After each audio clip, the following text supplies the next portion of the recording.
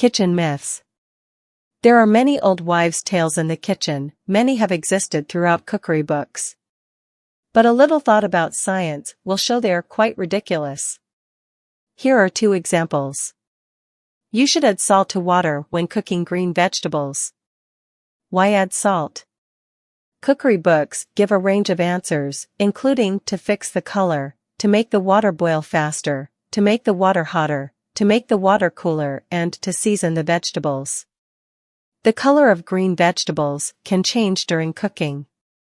This is because of changes in the pigment, coloring, molecules in the vegetables. These are largely affected by the acidity, pH, and the hardness, mainly calcium, Ca, content, of the water. Neither of these 2 is much affected by the adding of salt.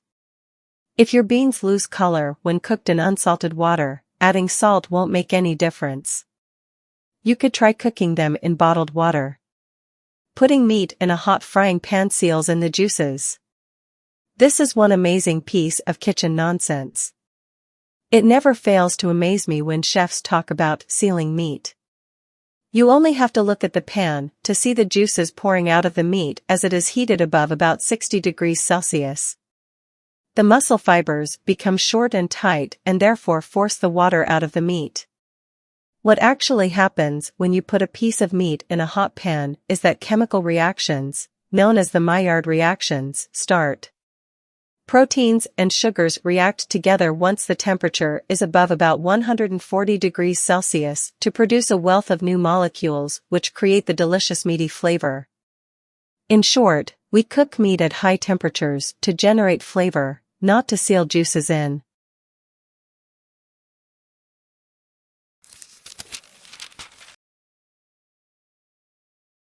Imagine yourself floating in midair trying to grab something into your mouth, but all of a sudden, the food drifts away due to some change of direction.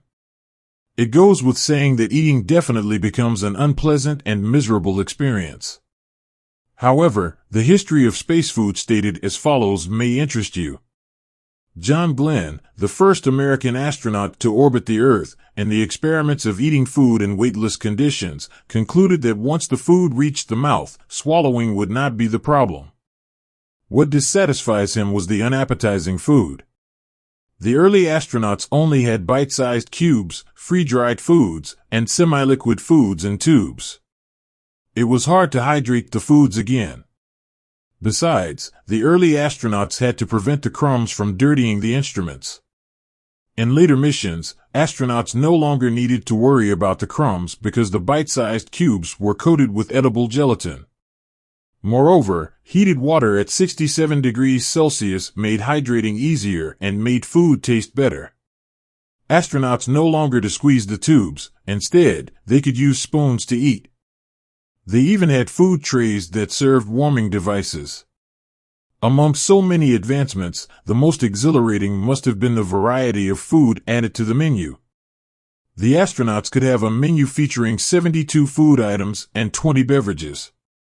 They actually had food choices, such as filet mignon, vanilla ice cream, fruits, and so on. If your mouth is watering, go to one of the many space food websites. There you can get a real taste of astronaut ice cream as well as a yummy filet mignon.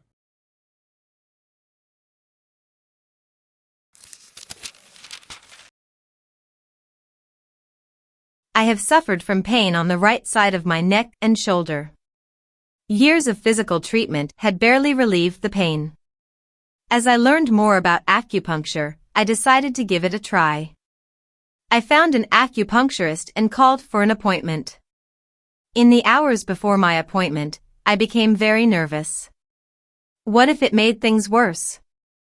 My mind flipped back and forth between the promise and risk of receiving acupuncture treatment.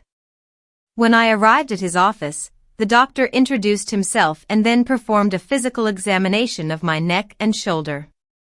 He concluded that my muscle was too tight and thought that was causing most of my problems. The doctor then asked me to lie face down on the treatment table.